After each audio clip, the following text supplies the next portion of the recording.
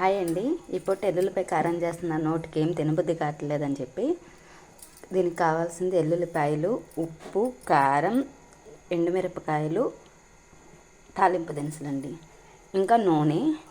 ముందు పొయ్యి మీద బాండీ పెట్టి దానిలో కొంచెం నూనె ఎక్కువ పడుతుందండి. దీనికి నూనె కాగుతుంది. నూనె కాగిన తర్వాత ఎల్లుల్లిపాయలు వేసేస్తున్నాను. వెల్లుల్లిపాయలు కొంచెం బ్రౌన్ కలర్ వచ్చేదాకా వేగించాలండి. ఇదిగోనండి, గోల్డెన్ కలర్ వచ్చేసినాయి ఎల్లుల్లిపాయలు. ఇప్పుడు దీంట్లోకి తాలింపు దినుసులు వేసుకుంటున్నాను.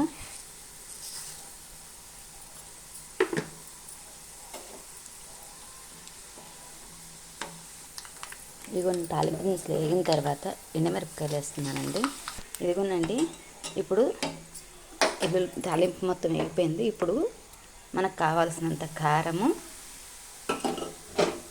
అండ్ ఉప్పు వేసేసి ఒక్కసారి కలిపి పొయ్యి కట్టేయడమేనండి. ఇది నోరు బాగోనప్పుడు, ఏమి తినబుద్ధి కానప్పుడు ఇది ఒక్కసారి చేసుకుని తిని చూడండి. ఇది మా అత్తయ్య గారి రెసిపీ, చాలా బాగుంటుంది. ఇప్పుడు నూనె ఎక్కువగా ఉంటుందండి, కొంచెంసేపు అయితే మొత్తం పీల్చేస్తుంది. చాలా టేస్ట్గా ఉంటుంది. కొంచెం అన్నంలో నెయ్యి వేసుకుని ఈ కారం వేసుకుని తింటే సూపర్ ఉంటుందండి. ఓకే, థ్యాంక్స్ అండి. ప్లీజ్ సబ్స్క్రైబ్ చేయండి నా ఛానల్ని.